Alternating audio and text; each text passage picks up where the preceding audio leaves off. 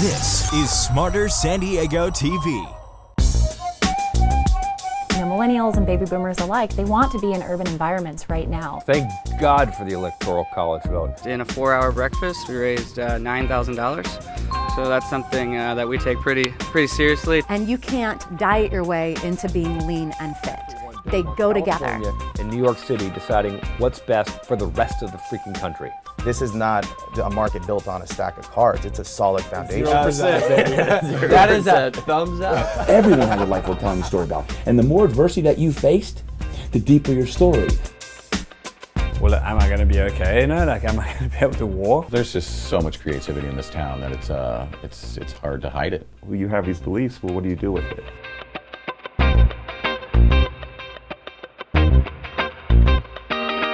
Our dearest LT is back in the house with a very special guest with a sickness I don't mind catching.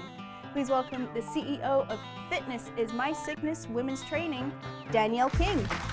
All right, one of our favorite guests is back. LT, Mr. Barksdale is in the house. What's up, my man? Man, I am doing great. Everything's been awesome, and I'm just trying to be refreshed like you. You come in here, you look good. You tell me you worked all weekend, so yeah. I think I got to get to work, man, so I can start looking good. I think maybe we need to talk to the guest that you brought in today. Oh, and yeah, see what have you been getting into? You need to get some push-ups back in the business. Hey, for me, I'm always working out. Working out is a lifestyle for me, but she took it to a whole nother level. So Danielle's here. She has an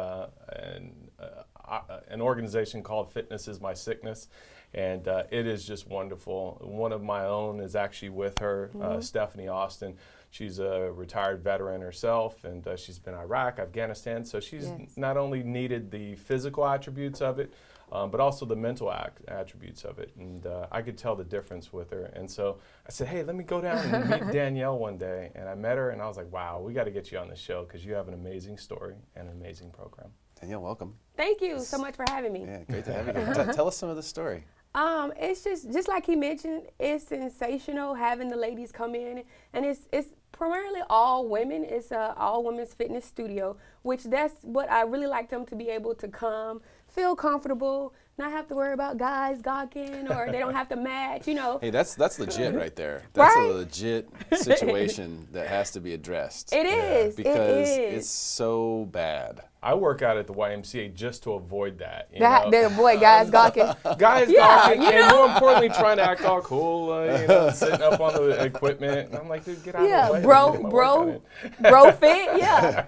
Bro fit. So it's a safe place for that, and that's amazing. And I definitely want to talk about this. And we've got your website here, which is FIMSwomen.com. Yes, sir. So Fitness is My Sickness Women.com, because this is for women. Yes.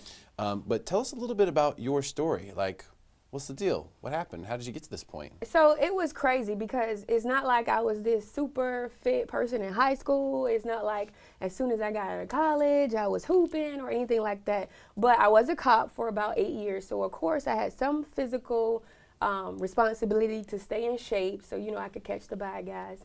But then I got married to a Navy guy and lost my entire identity. I was just the last four of his social. So that, made me feel some type of way, being that I was always, not necessarily in charge, but an independent type person. And then moving from place to place, I lost me, I lost my fitness, having kids, gaining weight, that depression sets in as a military spouse. So another spouse talked me into working out. Actually, she kind of she cornered me like, hey, you need to work out, let's do it. I had every excuse in the book, she'd say, and I was working on base. So I had a job, I was in school, but I was missing that physical aspect. And when you work out, you release feel-good hormones, your confidence rises, and you're able to, everything you gain in fitness, you power lift, that trickles over into everything else. So that's what I was missing. So once she cornered me, and I felt how amazing it felt to be able to see my body grow, to let that confidence shine. I was getting promotions, school was popping. So I was like, every woman that I know, they need to feel this. So it's literally like that cliche, you want to bottle it up and sell it. but I couldn't ball it up. I had to just voice it, you know? So that's kind of what happened. Well, I gotta crazy. I gotta say definitely that you're not just a last four of a social. You know, that's how we feel, though. Yeah, it's the hidden heroes, and I couldn't have accomplished what I accomplished without my wife. You know, there is my rock and basically the backbone. But yeah, no, it means a lot, you know, and for most women that are associated, or even spouses forever, you know, they don't really have the time to get the workouts in a lot of time, or they don't put it in that priority that they need it to be in, because they have so many other things to do. They got to take care of their own children, and then plus the biggest child, which is the spouse. Of course. I'm glad you said it. I'll concur. Exactly. The big kid, we'll call them kids. Exactly. So how many veterans or active duty women are participating in this? Is that sort of your focus? My focus is women, but those are the ones that I relate to most. So about 70 to 80% of my population at the studio is either military or active duty or a spouse. And because I offer an online program and we were overseas, I have a lot of women that are overseas that actually take advantage of my online program too. So I would say about 75 to 80% of my at least 400 women are military affiliated. That's amazing. It's grown so much. For me to only have been in San Diego about 2 years, and I started in my backyard in Japan, then moved to my garage here, and then a small little area about the size of this room until my new place where you visited me at, which is about 2,700 square feet. Oh my goodness. I mean, now it's like I'm packing on classes, more and more ladies are coming. Are you a mom who's overweight, maybe depressed, can't find time for the gym, feeling some type of way about your body? Well, if your answer was yes, it was my answer too, because a couple of years ago, that was me. I was overweight, depressed, couldn't find time to work out, just feeling some type of way until I found fitness. When I found fitness, my entire world changed. I was able to feel good about myself, to show my kids that I can do it, to show my husband that I could do it. The depression went away. The gym became my therapy. When I figured out that I could do that, I wanted to provide that same feeling to all the women all over the world. So far, I've helped over about 300 women right here in San Diego and about 50 to 100 women worldwide with my online program. I want to be able to help you. If you're in the San Diego area, please drop by. I even will extend a free class to you. I want you, mom, wife, beautiful lady, to feel healthy, to live again. If you're out of state, not in San Diego, don't hesitate to contact me because I have an amazing online program with a couple of, almost 100 ladies in it. So hit me up. Let's live again. Just that awareness itself will bring a little bit, I think, of mental stability. Then you can start making better decisions.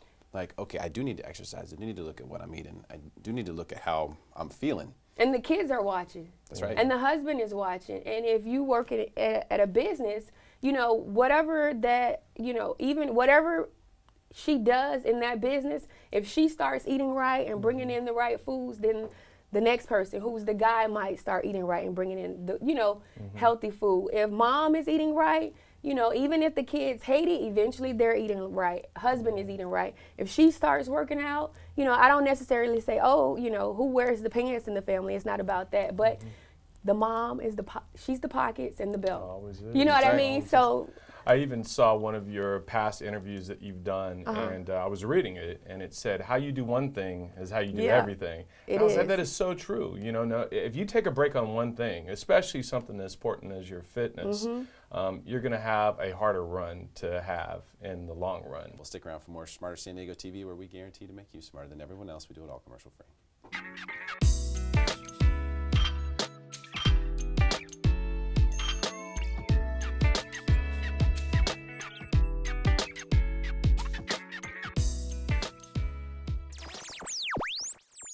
What's going on with the housing crisis in San Diego? We're getting some insight from the president of T Kruer Company.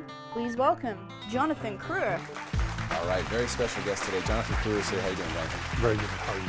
Great to have you here. So a little bit about yourself before we talk about the housing crisis in San Diego and what we can expect in the near future with regard to that. Tell us a little bit about your company, T Kruer Company. Well, we're a real estate development services firm. Our clients come to us to help them with the process of developing their projects. We start with costing out what the work is going to be, doing value engineering, working with their design professionals, take them right through to bidding out the work and actually managing the building of the work for them, so we can take it from beginning to delivery to the market for them if they like. Okay, and how long have you been doing this? I've been in business for 20 years and been working in the industry for 30. Okay, so you've seen a few different market cycles and whatnot. And how big are some of the biggest projects that you've done? We've done some very large master plan communities. We've built several here in San Diego County. Rancho Cielo up in Rancho Santa Fe for one. And then we also did all the construction management for Lennar on Bresci Ranch up in Carlsbad. Okay, so fair enough. I think we can say the man's credible in this arena. So we've set the stage for that. Now let's talk about this housing crisis, or you could call it a building crisis, right? Because, I mean, or could you? What are your macro thoughts on this? Well, from a housing crisis standpoint, it's an unusual situation to be in, especially after, coming from a major recession like we did in 2008. Typically in San Diego, you would see the building industry revved up and you would see a lot of units coming on the market, especially over the last 3 years. One of the more interesting statistics is things leveled out at about 10,000 building permits in 2015, 2016. Where we're going right now here after the first quarter, actually going, through the second quarter right now, we're probably only going to see about 50 or 60% of that many building permits take place this year in a market that is probably only serving 30% of the actual housing needs of San Diego County. I mean, it's a collision course situation. Remember the fiscal cliff? We have a housing cliff, and we're floored, and we're pointed right towards that thing, is the way I say it. But there's no way around it because the influx of people versus the amount of land that's available, it just doesn't add up. There's a collision course. Am I wrong? Well, it's a recipe. A lot of things have gone into this to make it like this. There have been years of environmental regulation that has reduced the volume or the inventory of land available for development. Yeah. Entitlement has, 25 years ago, you could entitle a piece of property, even with, environmental issues or density issues, you could get that entitled within 3 years. It's not unusual to take 8 to 10 years to entitle a piece of property now. That's incredible. So is that part of the issue though? I mean, in other words, if you could get the entitlements more quickly, and let's say the environmental regulations went away, wouldn't that just sort of kick the can down the road? I mean, we still have the same macro problem of more people coming here than we have the ability to build units for land-wise, right? Well, I don't know that San Diego really has an incredible amount of people moving into the community anymore, mostly because of the affordability issue of living here. Not like when I came here 30 years ago. San Diego was a fairly easy place to buy a home in. A lot of people and a lot of employers aren't really necessarily interested in moving into a community where the wage structure would require them to pay far more than they may be paying, say, in Florida or in Texas or in Arizona, to bring their people or their companies and jobs into a community like San Diego. When we say affordable, what do we mean? I mean, what are we looking at in the realm of affordability in San Diego now? Well, it's not very pretty. You have to look at it in the light of what the average household income or median household income is in San Diego, which is about $63,000, $64,000. If you look at that, if you go through the underwriting, say a 30-year loan, 4% interest, 20% down, that gets you about a $380,000 house. All right, the average resale home in San Diego County is $500,000 approximately now. The average new construction home is $600,000 now. So we're talking about something that's just clearly outstripped the average household in San Diego. Are you bearish on the real estate market right now? The real estate market is truly taking a paradigm shift right now in San Diego. Right now, even with the reduced building permits, you're seeing almost 3-to-1 multifamily to single family being built now. Traditionally in Southern California, let alone San Diego, which was even more so, the single family housing always far outstripped the multifamily housing permits. So is that the shift that's taking place? We're going away from the traditional single-family homes with the yard and the white picket fence to skyscraping apartments, buildings. That's what's being built. So that's the choice that people have. Is that's where they're going. Well, exactly. It's something that's taking place not necessarily because of preference, but because of that's what's there. You can get multifamily, multi-dwelling properties entitled quicker, especially if they're in downtown San Diego.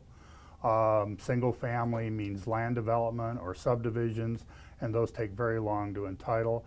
And once the land is entitled, it's like, you know, I equate it to the references, well, how much is a diamond worth? Well, diamond's worth whatever somebody wants to pay for it. And that's what happens with land in San Diego when it's entitled for single family homes. You finally will find somebody who will probably pay more than it's really worth for it. And that sets the stage for housing prices that are going to be out of the marketplace. They're going to be unaffordable. So single family housing, because of entitlement, has been reduced. Multifamily has become the norm because that's what can be entitled and is affordable, at least, you know, relatively speaking. Relatively speaking. Yeah. That's a very loose term, affordable, in here in San Diego, especially when we're talking about real estate. Where are you investing your money? Can you give us some secrets here, or tell us, kind of get the inside scoop? I want to know, hey, what should I do here? Well, is it smart to buy a house right now? If you have the down payment and you have the income for the payments and you plan on staying in San Diego, it's probably your only choice of buying a home. If you don't buy one now, your affordability, literally at the rate we're going right now, your affordability is going to go down less every year, which means you'll either pay more or you'll get less house. Yeah, or you'll just be left behind. Or you'll be left behind, which is really a big issue going forward, because a lot of people who do stay in San Diego, they're looking at their families, possibly their children, never being able to afford a home in San Diego. So when we look at something like that and you see that as a possibility, just last question for you here is, you know, I've said that in the future, it may be the case that not everybody gets to own homes. You know, now the government made a lot of efforts through Fannie Mae, Freddie Mac, financing, FHA, VA, to try to get people the opportunity to own a home. But in the future, that may not be the case. It may just be only wealthy people who own real estate. Now, maybe 50 years from now, maybe 100 years from now. But do you believe that right now, even though prices are high, it's still a great opportunity, just the fact that someone could own their own home? Again, I think it's a lifestyle choice. I mean, it's where do you dedicate your financial resources. If you want a home and you intend to live in San Diego long term, the sooner you buy, the better. And if you're looking for something, if you're not going to retire, let's say in San Diego, you're probably going to have something that's going to produce a very nice cash nest egg for you to retire somewhere else. So he finally said it. The sooner you buy, the better. You all heard it here. That's there it true. is. Jonathan Kruer, thank you so much for coming in today. Really appreciate it. And stick around for more Smarter San Diego TV, where we guarantee to make you smarter than everyone else. We do it all commercial free.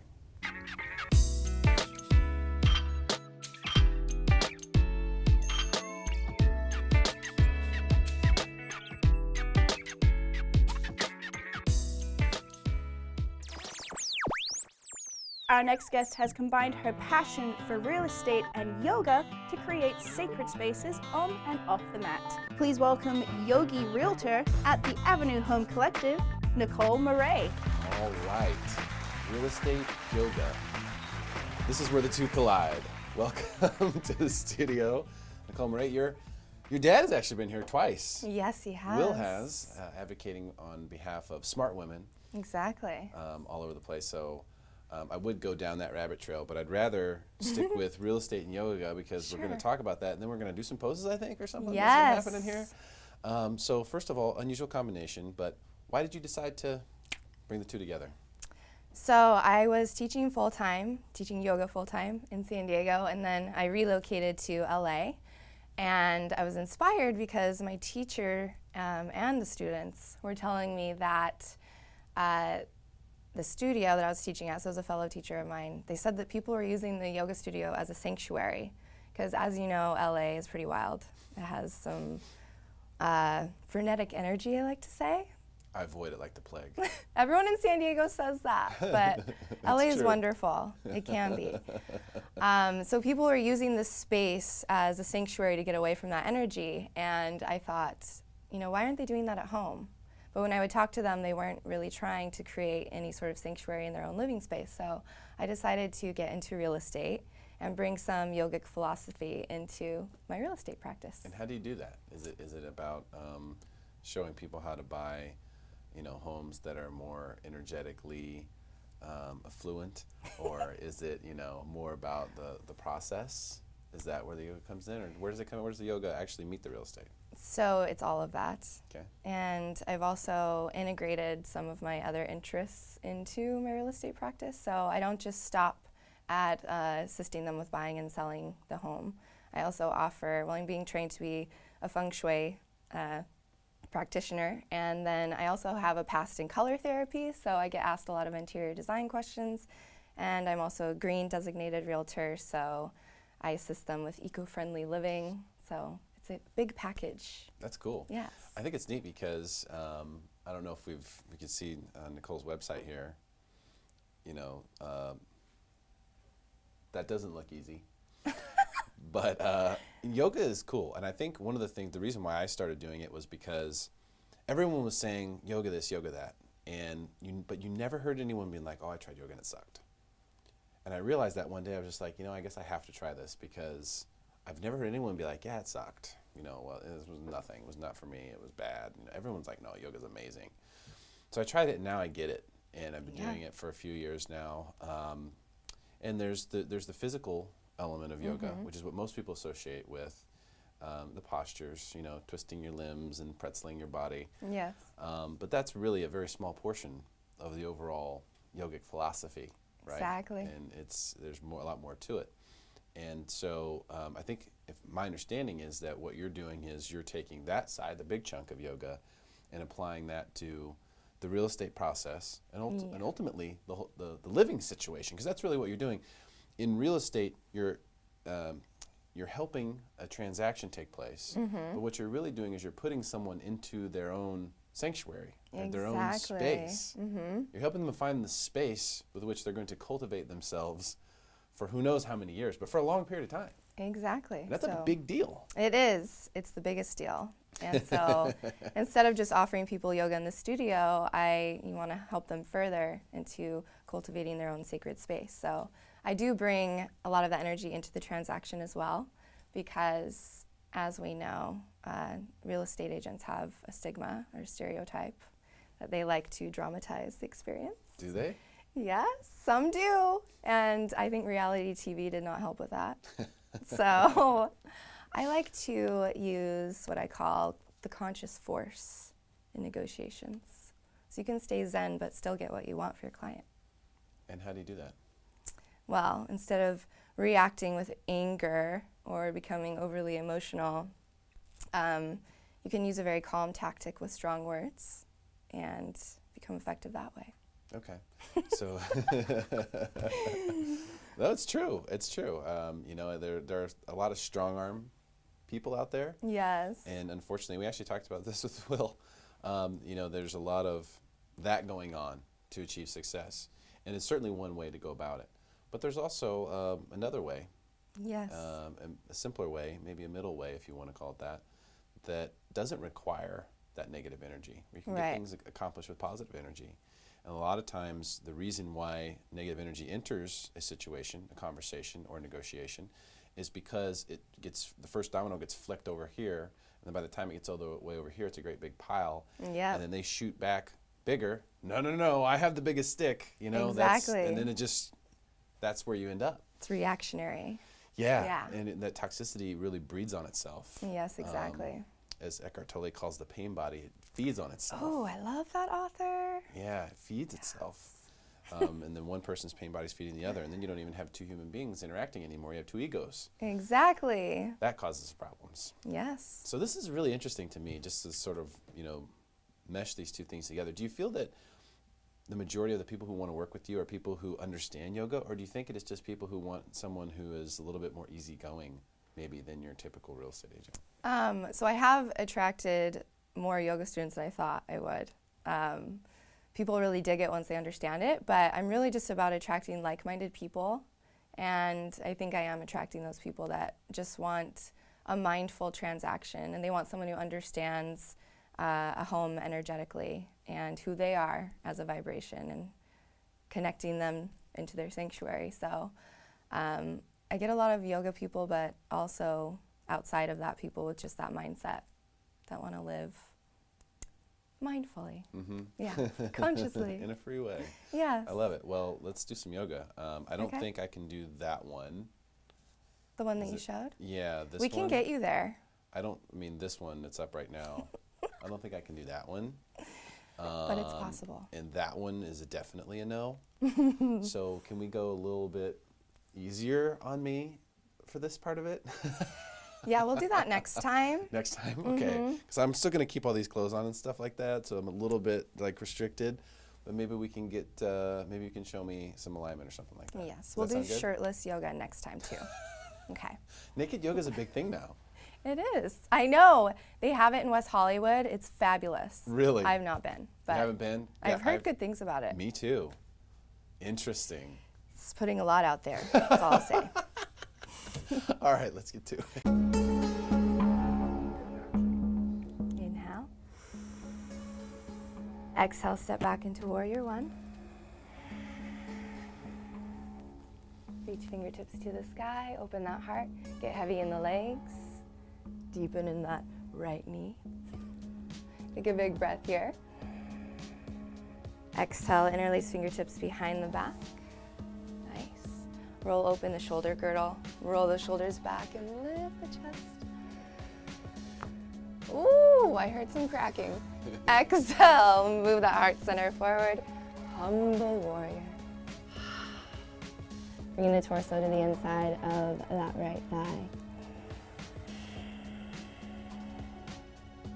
One more deep breath. And let's power through the legs and inhale, reach high with the fingertips. Deep bend through that front leg, and then let's open up to warrior two. Yes. This is really fun in heels. Yeah, I was and gonna say, shag the way carpet. What you have going on over there, it's got to be difficult. Let's flip over that front palm. And we'll take, yes, reverse warrior. Ooh, opening that side body and the heart. Get deep in that right hip.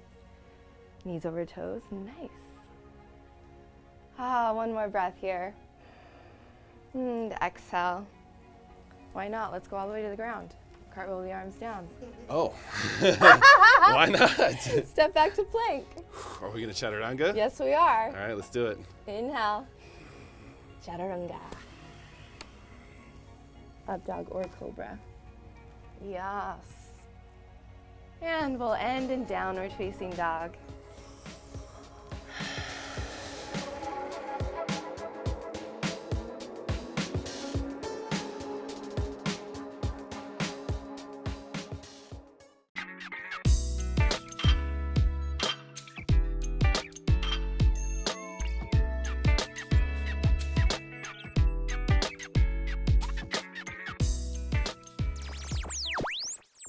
Our next guest is here to discuss our good old President Trump and the media.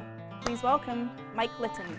All right, he's back. Mr. Mike Litton in the house. How you doing, sir? Hey, buddy. Good to see you. Good to see you, too. It's time for us to sort of appraise the situation. I think we were both pro-Trump going into the election, and now he's been in office for, I think, almost 120 to 130 days. We have a full-on attack from the media, for sure. at least most of it, most of the media, definitely attacking CNN for sure, leading the charge there. Let's start off with mistakes. What do you think are the biggest mistakes Trump's made so far? You know, I have an interesting take on this, and I know we haven't talked about this before.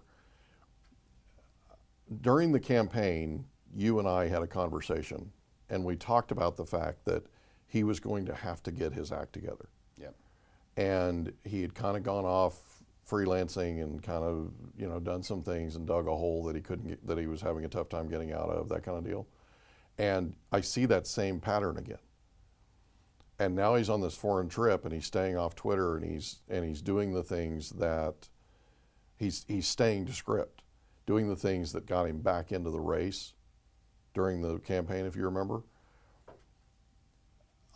My feeling is, and I'm just going off the history of Trump, but my feeling about this is he's going to come around. He's all about success, and he's not succeeding right now. Okay, he's all about success, and what he's been doing isn't working. I feel like he's going to start listening to people, or he's going to get people around him that he's going to listen to, kind of like when he shook up the campaign and that kind of thing. Because once that last change was made, everything changed and it became a competitive race again. If you remember, she was up quite a bit, and right. So I think probably my feeling is the single biggest mistake that he's made is going off freelancing and doing the thin skin thing and feeling like he has to hit back on Twitter and that kind of thing. It's way different when you're a candidate than it is when you're governing. And our president has to be presidential. And what he's doing on this trip currently is he's being more presidential, I think anyway. Well, yeah, definitely. No doubt about it. Staying off Twitter, first of all, that's step one. I think that's the biggest mistake. Maybe the second biggest mistake was trying to take on everybody all at once. You know, taking on the mainstream media, taking on the politicians. I mean, he got elected by saying the media, these people, they're all liars, and all the people in Washington are crooks. Now, I'm with you. And so that's tough. But here's the thing. Battle. Now he's in Washington. Now he's, quote unquote, technically part of the establishment, right? That kind of stuff's got to change. It's got to change because he's got to govern. And here's the deal. If he doesn't get his act together fairly quickly, they're going to get killed in the midterm elections. You think so? Yeah, because the Democrats can't seem to find their way, but if he keeps this up, they're going to find their way. One of the fastest ways for them to get their act together is for him to give them something to galvanize behind. I guarantee it. So what would they be running on today? I mean, what anti-Trump messaging? Well, midterm elections are about whoever the president is. But I mean, so the Republicans took over Congress by saying, well, we'll repeal and replace Obamacare, you know, when that got shoved down everybody's throat in like 2011 or 12 or whenever it was. But what message would, you know, the Democrats have against, I mean, what would they undo that he's done? They're going to run on Trump care. They're going to run on all this supposed quasi impeachable stuff. That's what they're going to run on. They're going to say we're going to impeach him. That's what they're going to run on. The Democrats just had a conference or just had a convention last week here in California, and Maxine Waters went nuts on stage about impeachment this and impeachment that and all these quote unquote impeachable offenses and all that kind of stuff. If he's not careful, he's going to light a fire. See, when you have a fire, you don't add fuel to it. You don't spray, I mean, some people do, but you don't spray lighter fluid on it, right? Because the lighter fluid could catch fire and the stream could come back and you could get really burned. That's not wise. And my feeling about it is that the group that's in there now that's helping him to shape his message is the group that came from the campaign, and it was all about freelance, do your thing, right? Say whatever you want to say, you know, knock yourself out on Twitter, all that kind of thing. And the fact of the matter is that's not a winning combination for him. Not as president. At least I don't believe it is. Okay. So you think that we have seen sufficient results? It's very early on. We were 4 months in, but do you think we've seen sufficient results based on what was promised? I like what he's done so far. The challenge that I have is what we talked about. He keeps adding to it, and all he's doing is stiffening the opposition. So what he's going to have to do is he's going to have to figure out a way to do what he promised he would do, if you remember in the campaign, and that is get everybody involved in negotiation. The Democrats don't want to be involved in negotiation. They don't want to look like they're working with him at all. But he's going to have to find some common ground with them, like infrastructure, for instance, and he's going to have to find common ground with them as it relates to the health care reform. He's going to have to find some common ground as it relates to tax reform. If there was one piece of advice you could give the president today that you know he would take to heart, what would it be? Well, actually, it's two things. Stay off Twitter and follow your script. So just stay on message. Stay on message. Yeah. Read your teleprompter and let that be enough. All right. I would complain, I think probably there's one more. I would complain less about the media. Okay. Let them bury themselves. There's no reason for you to help add, because when he does the things that he does in terms of criticizing them, all he's doing is adding, and it sounds weird, but all he's doing is adding credibility to them. And that's not what you want to do. You want to let them bury themselves. Yeah. When they go off the deep end like that, let them go. Which they've been trying to do. I mean, when you have people like Noam Chomsky, who is a known far left guy, come out and say, hey, this whole Trump-Russia thing is a joke. That's what he said. When you have someone in his position saying something like that, it kind of should make everyone go, all right, what's really going on here? Are we grasping for straws? And I think the biggest issue is it's the whole story of the boy who cried wolf. I mean, from the moment he got in there, they've just been attacking him for every single thing he's done, which actually makes him a much more dangerous president. I think he could get away with a lot more now than he could have before because of the fact that there's so many different things. See, I disagree with that. My feeling about this, and again, you have to play it right. And if there's one thing that Trump knows how to do, is how to play it. And he knows how to play it right. If he backs up and starts listening to people that can get his ear, that can talk to him and tell him, hey, you need to stop and think about this for a second. If he surrounds himself with people that are strong enough to do that, I feel like what he'll do is he'll play it smarter rather than harder. Right now, he's doing everything, well, he was before this trip, he was doing everything in terms of like heavy lifting, and he was, for lack of a better term, digging himself into a hole. My feeling about this is because he wants to win, somebody needs to stop him and go, look, if you keep this up, if you keep going down this road, you're going to dig yourself a hole that you can't get yourself out of, and you're going to add fodder to your opposition, including the mainstream media, including the liberal media, right? You're going to add fodder to them that you can't get back.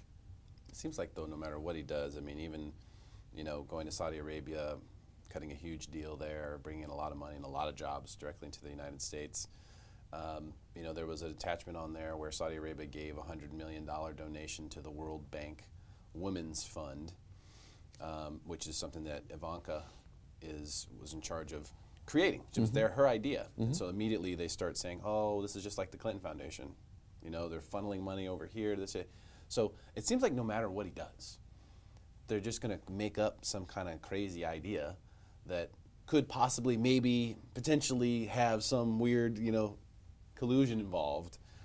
And I think that's the biggest trouble when you go against the media, is that they can just make stuff up. I mean, how many anonymous sources have we heard things from, and then too many full-blown stories come out? Too many. And here's the thing: the way that you go about, in a weird way, the way that you go about verifying, that those anonymous sources are correct, or that there's some there, is by responding. By trying to battle them on their own level. You can't battle them on their own level. These people are not presidents, okay? This is not the same thing. This is not the same thing as the campaign. We're not battling for marketing time here. We're not battling for media time here. We don't need to battle for media time. And here's the thing, and there's no way around this. There's got to be one message and one message only. And I don't care if you're a Republican or a Democrat. There's got to be one message, and that's jobs. That's jobs. So the American people feel like that this Obamacare repeal and replace, or whatever it is you want to call it, they feel like this is something where you're taking something away. What he needs to do is get back on message to where he and the Republican Party are explaining to the American people that this is all about jobs. This is all about jobs. They need to get back to the 37-hour work week. They need to get back to the conversation about all the people who were laid off because of Obamacare. They need to get back to how this healthcare reform, yeah, it might hurt, yeah, it might take a bite, but it's something that's going to add jobs. It's something that's going to help us to recover this economy. He needs to stay on message. This whole thing with Saudi Arabia, the best thing he did was when they asked him a question at a quasi, it wasn't a press conference, but it was a little, they asked him a couple of questions when he was sitting with, I think it was Al-Sisi. It was all about jobs, jobs, jobs. Best thing he said the entire trip. This is all about jobs, jobs, jobs. That's what he needs to stick to. He needs to stay on message and stick to what, the American people elected him because of the Supreme Court. Look at the numbers. Yeah. They elected him because of the Supreme Court. They elected him because of jobs. Tax reform, economic reform, jobs.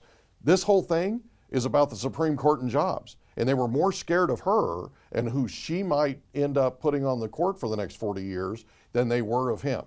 This was about who was scared of who the most. So get back to that. Yeah, this wasn't one of those things where he became, and he needs to remember this, he didn't get elected, he got elected by a small group of people, right? A smaller percentage than most presidents that have won elections. That was a small group. That small group, yeah, they were fired up. That small group, yeah, they finally came out of the shadows. They finally became that silent majority that was silent no more. The problem we have is that silent majority may very well retreat. The rest of the country needs to understand that this entire thing, everything he's doing, Saudi Arabia trip, Iranian deal, whatever it is, it's all about jobs. Jobs, jobs, jobs. That's what it needs to be. Thank you so much for coming in today. That's got to be the message. President Trump, hopefully you're paying attention. I think you just got the game plan to win in 2020. Stick around for more Smarter San Diego TV, where we guarantee to make you smarter than everyone else. Commercial free.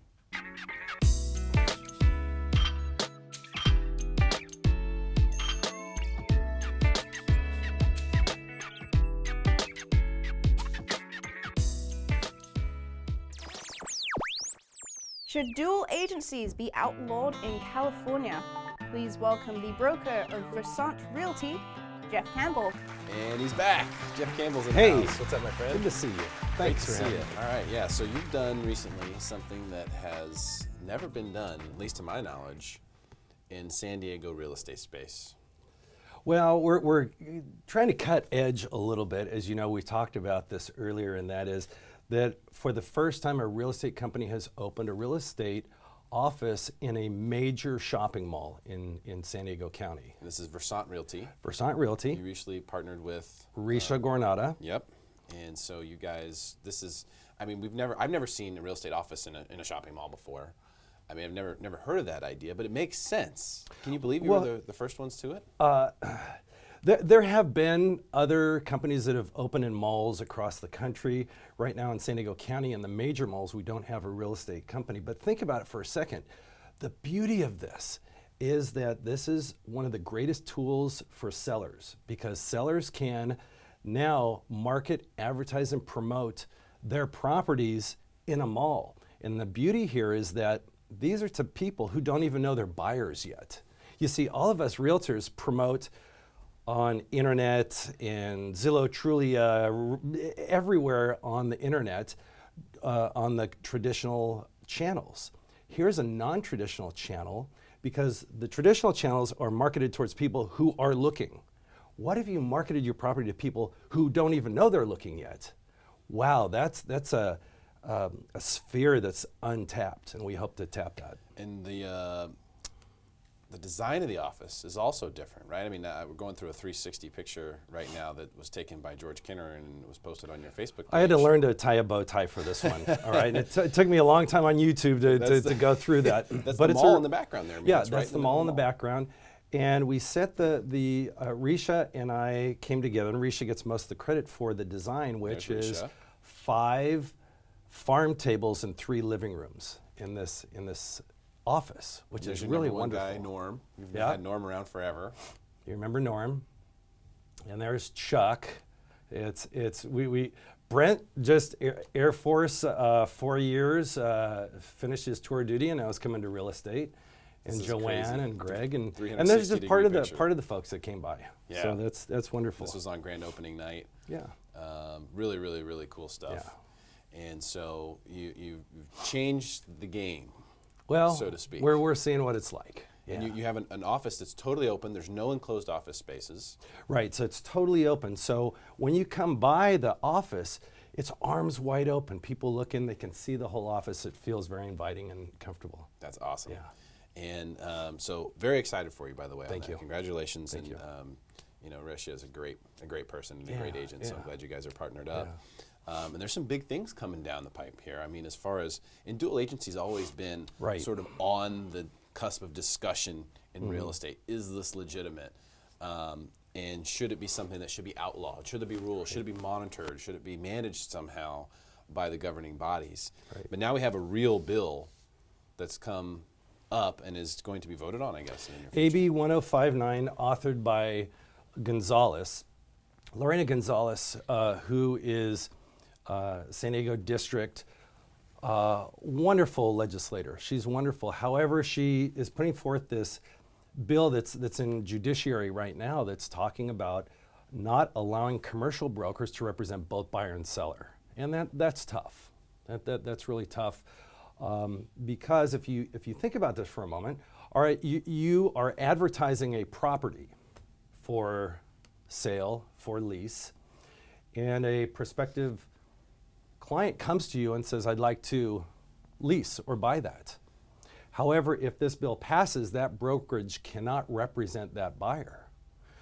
They might have to say, yes, we have it for listed, but you need to go to another place to go get more information or to purchase it. And that's kind of tough. So we're hoping to help give her a bit more education and have conversations with her to really understand the reality of this bill. Okay, so you think this is a disadvantage to the consumer then, or the potential? Well, it can be a disadvantage to the business practitioners because I think it restricts business, the ability to represent both buyer and seller, and it also can be tough for the consumer because now the consumer is going to spend more time, and if you spend more time in a hot market, you're subject to maybe losing a property.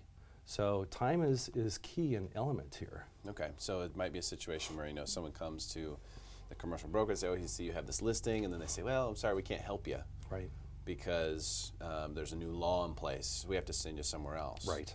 And they would lose time in that situation. Would they also potentially, does it create more opportunities for more of the same, like collusion, or somebody say, oh, okay, well now we're going to just refer our people to this guy, and he's really working for us, but he's not working for, you know what I mean? Is there stuff like that that you're concerned about too? So let's think about this. The nature of the bill is good in spirit, which is that some people believe that you can't represent both buyer and seller and do it effectively and fairly.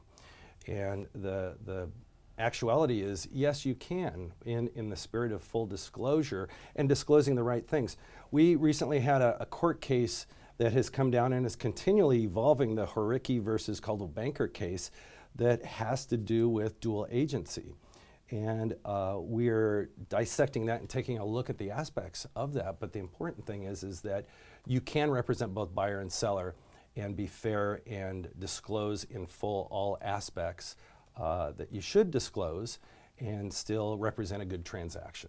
Okay. And that's important. And you believe that across the board, not just in commercial. This is commercial we're talking Correct. about here. Correct. So is there a thought in the real estate community that if this becomes the norm in the commercial space, that it would then naturally transgress over to the residential space? Derek, you're thinking along the right lines, is that if what's good in commercial is good in residential real estate. So if something passes in commercial, likely that can be the case in residential.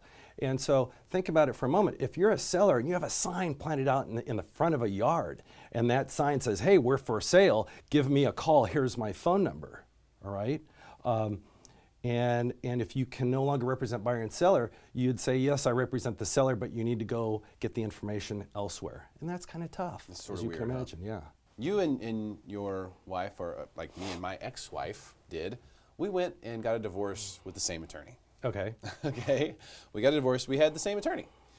Now that's the equivalent of a real estate dual agency, right? No, it is not. I don't like that. I don't like that at all. And I'm going to put a strike up, the Simon Cowell strike on that one, because that's not it. I've heard the argument before. Well, you know what? A attorney can't represent two sides of an argument. Think about it. Real estate is not an argument. It's where people are coming together. And yes, you can make that representation on something like you described, where it's two parties that might be feuding on something. That's something where you do need independent counsel and representation. But when two people are coming together to do something that they both want, think of any sales atmosphere, car dealerships, mercantiles, anything that you're going to buy. Retail, yeah. Sure. Retail, you don't have two different representatives. You have one person quite often that is helping both parties be satisfied. And yes, you can do that. You can represent both sides. And that did happen, by the way. We had a successful divorce with one attorney, which is my point, that it can be done. Mm-hmm. It can be done. Right. And so until they say, well, attorneys can't represent both sides, until they say that, I don't see how they could tell agents or anyone who's in the world of sales that you can't represent both sides. You know what I mean? I think it would start with, well, if it's really a conflict and there's really an issue here, then it would start there, right? It would start at law, and then it would have to come down from there. This is an ongoing debate, and it's something that realtors pay special attention to, and they want to make sure that everybody is represented fairly, appropriately, and to the greatest level that they can. And as long as we abide by that, we can continue to represent both sides and have a dual agency scenario. All right. Well, good luck with everything, my friend. Congrats on the office. Thank you. Fantastic Thank to have you. you, Jeff Campbell. Thank you. Now, Versant Realty.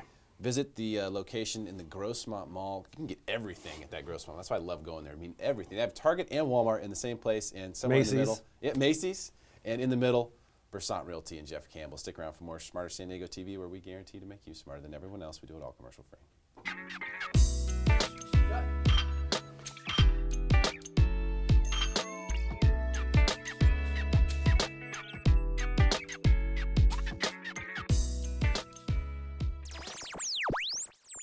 All of us here at San Diego send our love and deepest condolences to everyone in Manchester.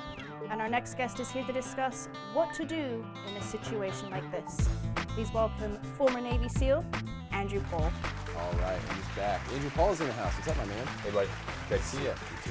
Former Navy SEAL and veteran advocate Andrew Paul, of course, from the Andrew Paul Veteran Advocate Facebook page. Yes, we've got some followers over there. You got some followers, like 36,000+. That's pretty crazy, man. Good stuff that you're doing over there. Talking about the things that you really believe in, helping veterans, transitioning veterans, jobs, application in daily life, and of course, professionally, you're in the mortgage business. Correct. So you have told me before that you are the best damn VA lender in the country. And I know you believe that. Well, here it's funny. I don't like to make those kinds of claims. I know you said it before, but every time I come on here, you're like, you said you're the best. I don't like to make those kinds of boastful claims. I do believe it. I do believe it though, but I don't like boast about it like that. Well, we've got you here for that reason today. Fantastic. As well as the recent attack in London, which is a suicide bomber. And one of the things I like to do when there are these really bad situations that tend to get us collectively sort of sulking, and everyone is really really sad about it. I always try to think about, well, what can we learn from this? How can we at least take something away from this to either make ourselves safer, to make ourselves more aware. And so I thought, who better to ask than a former Navy SEAL on what should you do when all of a sudden the enemy is upon you, and if you're just an average person and you don't have any training, because what we saw at this Ariana Grande concert was a panic that took place. And fortunately, there was only the one bomb that went off, because there was an even better opportunity after the panic ensued for the terrorists to attack, but they were done at that point, thankfully. Right. So, what do you do? What do you tell the average person? What's your advice for the average person who might be in the midst of going to a concert, a ball game or something, and all of a sudden a bomb goes off or there's a gunman? I mean, what do you do? What's the first thing you should do? Well, the first thing there's two parts to this. The immediate situation is what you're talking about at the event is to remain calm. Panic and hysteria are not going to allow you to make good decisions. And a lot of times, just think about when you fly on an airplane. They give you that safety briefing before you take off, and they tell you that the closest exit might be behind you. What happens is in a panic situation, after the first explosion or attack happens, people start panicking and moving like sheep or lemmings. And when that happens, you're not looking around to decide and to determine what the best course of action is. The safest exit or the safest place to go might be right behind you where you're not looking, or it might be to stay right where you are. And if you just start kind of rolling with the herd, I think that's where you're going to run into problems. In fact, so far, most of these attacks haven't been super coordinated, thank goodness. But if somebody were ever put together a very coordinated attack, you'd set off one explosion in one area, wait for everybody to panic and race for this exit, and set up another attack at that location. And so sometimes the best thing you can do is just to remain calm. We say, in the military and the SEAL teams, observe, orient, decide, act. It's Boyd's classic OODA loop. So observe the situation. Orient yourself to where the threat may be coming from or what the reality of the situation may be. Decide on the best course of action, and then act. And if you just kind of skip right to act, you may be running headlong right into another attack, or just getting slammed up against a door that doesn't open properly from the herd of people coming behind you. So calm down. Maybe the best thing that you can do in that situation is to help out everybody else who is freaking out and panicking. Look around. Look if there's a safe exit someplace here or there, and take charge of the situation. Many people in a situation like that are simply looking for some direction. Yeah. And if you were to take charge and guide people, that might help to save a lot of lives and to provide a safe course of action for people to follow. But panicking and running straight to act is not the way to go. I mean, statistically, we'll go back to that. Even if you were at the concert, you still 99.5% of the people who were at the concert did not get injured. Right. At all. So now they may have some psychological repercussions as a result of being there, but 99.5% of people were not harmed. There was not a scratch on their body. Right. Even if you were at that concert. That's part of what they're trying to accomplish. Think about the use of IEDs and snipers in combat. How many men or women do snipers or IEDs actually take out? Well, I mean, they do take people out, but the effect of snipers on the battlefield and IEDs on the battlefield is more powerful than the number of people who are actually injured or killed by those specific attacks. It's the psychological effect if you allow it to get to you. People are afraid to go out, they're afraid to do a patrol, they're afraid to go into certain areas because they're thinking about the impending lone sniper shot or the impending IED. And you then give strength and power to the enemy by allowing those psychological effects to take hold. The way you win against those is just let it go. I mean, you can't control it. You cannot control yourself, whether you go to a concert and an explosion goes off. Yeah, you can control not going, so go live in a box someplace. I mean, what kind of a life is that? It's no kind of life. That's not the kind of life that all of these men and women have fought for us to have. Exactly. You honor the dead in how you live. So great stuff. Really appreciate it, man. Yeah, man. I mean, look, the bottom line is I'm passionate about helping my fellow veterans. So give me a call, whether that's for a loan, whether it's advice on transitioning. I'm happy to help. Reach out. And if you know any veterans who are looking to buy or need to refinance, I'm never too busy for your referrals. Tremendous stuff. Hey, if I was getting a VA loan, you're the guy I would use. I'll tell you that. Thanks, right buddy. now. Appreciate it. All right, stick around for more Smarter San Diego TV, where we guarantee to make you smarter than everyone else. Commercial free.